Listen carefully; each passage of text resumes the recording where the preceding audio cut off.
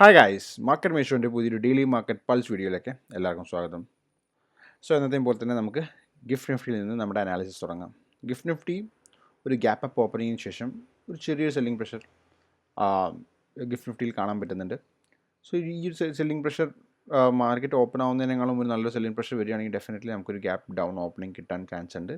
പക്ഷേ ഈ ലെവലിൽ തന്നെ ഗിഫ്റ്റ് നിഫ്റ്റി സസ്റ്റെയിൻ ചെയ്യുകയാണെങ്കിൽ നമ്മുടെ നിഫ്റ്റിയും 9.4 ഓൾമോസ്റ്റ് സെയിം ലെവലിൽ തന്നെ അല്ലെങ്കിൽ ക്ലോസ് ചെയ്ത സെയിം ലെവൽ, അതായത് ഈ ഒരു ലെവലിൽ തന്നെ ക്ലോസ് ചെയ്യാനുള്ള ചാൻസസ് വളരെ കൂടുതലാണ്. നിഫ്റ്റിയുടെ സ്ട്രക്ചർ നോക്കുകയാണെങ്കിൽ നിഫ്റ്റിയുടെ സ്ട്രക്ചർ കുറച്ചും കൂടി ബുള്ളിഷ് ആയിക്കൊണ്ട് ഇരിക്കുകയാണ്.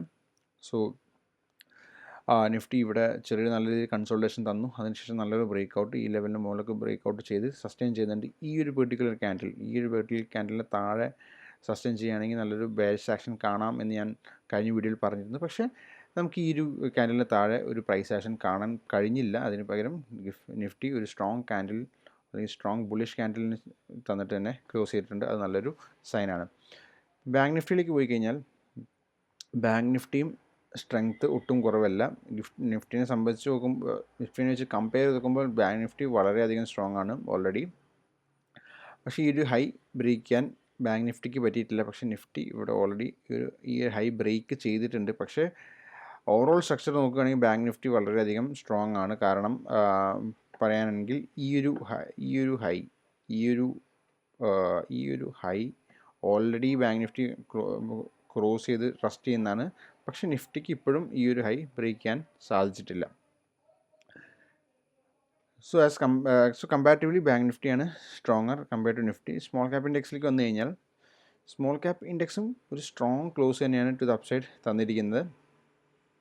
പക്ഷേ എനിക്ക് സ്മോൾ ക്യാപ്പ് ഇൻഡെക്സും നിഫ്റ്റി എല്ലാം ഒരു അപ്വേർഡ് ട്രെൻഡിലാണ്. എല്ലാം 10 പീരീഡ് ആൻഡ് 5 പീരീഡ് മൂവിങ് അവരുടെ മുകളിലാണ് എന്നൊക്കെയാണെങ്കിൽ കൂടിയും സ്റ്റോക്സിൽ എനിക്ക് തോന്നുന്നു ഒരു സ്ട്രോങ് ഒരു മൊമെൻറ്റം എവിടെയും കാണുന്നില്ല. എസ്പെഷ്യലി എനിക്ക് ലിക്വിഡായി ഉള്ള സ്റ്റോക്സിൽ നിന്ന് ലിക്വിഡിറ്റി പതിയെ പുറത്തേക്ക് പോകുന്ന ഒരു രീതിയിലാണ് എനിക്ക് തോന്നിയിട്ടുള്ളത്. ഇതൊരു kind of A upward momentum in breadth as well as indexes. പക്ഷേ നമുക്ക് അതിൻ്റെ ഒരു ഒരു പ്രതിഭാസം നമുക്ക് നമ്മുടെ ഇൻഡിവിജ്വൽ സ്റ്റോക്സിൽ കിട്ടുന്നില്ല എന്നൊരു രീതിയിലുള്ള എൻവിറോൺമെൻറ്റാണ് ഇപ്പോൾ ഉള്ളത്. കുറച്ചും കൂടെ ഇതെല്ലാം ബുള്ളിഷ് ആണെങ്കിൽ കൂടിയും കുറച്ച് നമ്മൾ ശ്രദ്ധിച്ച് തന്നെ ട്രേഡ് ചെയ്യണമെന്നാണ് എൻ്റെ ഒരു അഭിപ്രായം. ഇന്ത്യ വീക്സിലേക്ക് വന്നു കഴിഞ്ഞാൽ ഇന്ത്യ വീക്സ് വീണ്ടും ഈ 12 താഴെയാണ് സസ്റ്റെയിൻ ചെയ്യുന്നത്. ക്ലോസ് ചെയ്തിരിക്കുന്നത് 11.817 ആണ്. 12 താഴെ പോയി കഴിഞ്ഞാൽ ഞാൻ പറഞ്ഞിരുന്ന കഴിഞ്ഞ വീഡിയോസിൽ കുറച്ച് ചോപ്പി മോഡിലേക്ക് ചിലപ്പോൾ മാർക്കറ്റ് പോകാൻ ചാൻസ് ഉണ്ട്. കാരണം ഒട്ടും ഒരു വോളറ്റിലിറ്റി ഇല്ലാത്തൊരു അവസ്ഥയിലേക്ക് മാർക്കറ്റ് പോകുക. അങ്ങനെ ആ ഒരു അവസ്ഥയിൽ ബേസിക്കലി ഒരു ചോപ്പിനെസ് ആയിരിക്കും കൂടുതൽ.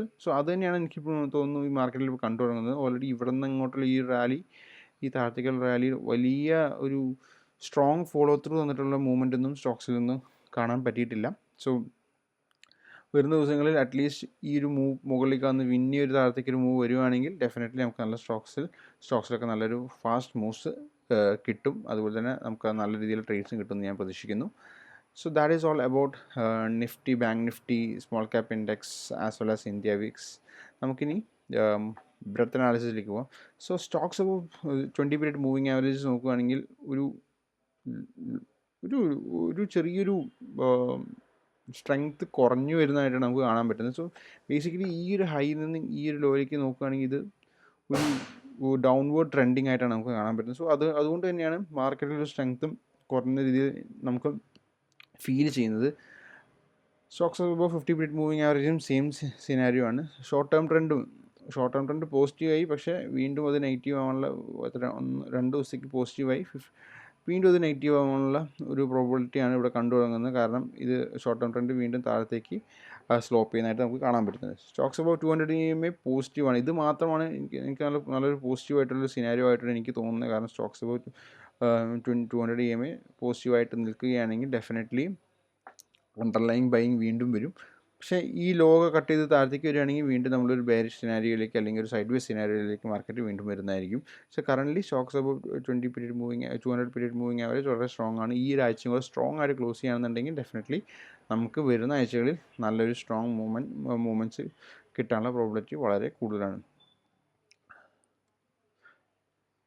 സോ അതുപോലെ തന്നെ ഇവിടെ നമ്മൾ ശ്രദ്ധിച്ച് നോക്കുകയാണെങ്കിൽ സ്റ്റോക്സ് അബൌട്ട് 200 EMA ഒരു ഹയർ ഹൈ ക്രിയേറ്റ് ചെയ്തു, അല്ലെങ്കിൽ ഒരു ഈ ഹൈനേക്കാളും വലിയൊരു ഹൈ ആണ് ഇത്. പക്ഷേ ഇവിടെ നിഫ്റ്റീനെ സംബന്ധിച്ച് നോക്കുകയാണെങ്കിൽ ഈ ഹൈനേക്കാളും ചെറുതാണിത്. സോ ബേസിക്കലി ഒരു ഡൈവേർജൻസ് ആണ് കാണിക്കുന്നത്. സോ ഐഡിയലി നിഫ്റ്റി ഇതിനെ ക്യാച്ചപ്പ് ചെയ്യും. സോ സ്റ്റോക്സ് അബൌട്ട് 200 EMA ഭയങ്കരമായിട്ട് മുകളിലേക്ക് പോയില്ലെങ്കിലും നിഫ്റ്റി മേ ബി ഒരു ക്യാച്ചപ്പ് ചെയ്തിട്ട് ഇതിൻ്റെ അടുത്തേക്ക് വരാനുള്ള പ്രോബിലിറ്റിയും വളരെ ഹൈ ആണ്. പിന്നെ പിന്നെ 52 വീക്ക് ഹൈ ലോ സ്റ്റോക്സ് നോക്കുകയാണെങ്കിൽ അത് പോസിറ്റീവാണ്. 13% അല്ലെങ്കിൽ 14% ആയിട്ടാണ് നിൽക്കുന്നത്. സോ അത് നല്ലൊരു കാര്യമാണ്. മാർക്കറ്റ് എടുത്ത് നോക്കുകയാണെങ്കിൽ up 4.5% today 121, but down 4.5% today 61. ഈ 61 നമ്പർ കുറച്ച് വലിയൊരു നമ്പറായിട്ടാണ് എനിക്ക് തോന്നുന്നത്. ബാക്കിയുള്ള നമ്പേഴ്സും ഓക്കെയാണ്, ഒരു ബുള്ളിഷ് സിനാരിയോയിലാണ് നിൽക്കുന്നത്. സോ ഐഡിയലി സമ്മറി എന്താണെന്ന് വെച്ചാൽ ഇൻഡെക്സുകളെല്ലാം സ്ട്രോങ് ആണ്. അതുപോലെ തന്നെ സ്റ്റോക്സ് അബവ് 200 EMAയും സ്ട്രോങ് ആണ്. പക്ഷേ ഷോർട്ട് ടേം ബ്രെഡ്ത്ത് അനാലിസിസും കാര്യങ്ങളും നോക്കുകയാണെങ്കിൽ ഒരു ചെറിയൊരു വീക്ക്നെസ് നമുക്ക് കാണാൻ പറ്റുന്നുണ്ട്. അതുപോലെ തന്നെ നമ്മുടെ വാച്ച് ലിസ്റ്റ് സ്റ്റോക്സും പോർട്ട്ഫോളിയോ സ്റ്റോക്സും നോക്കിയാലും അതിലൊരു extreme momentum to the upside കാണുന്നില്ല. സോ ഇതെല്ലാം ഒരു ന്യൂട്രൽ മാർക്കറ്റ് അല്ലെങ്കിൽ ചോപ്പി മാർക്കറ്റിനെ ഇൻഡിക്കേറ്റ് ചെയ്യുന്നതാണ് എനിക്ക് തോന്നുന്നത്.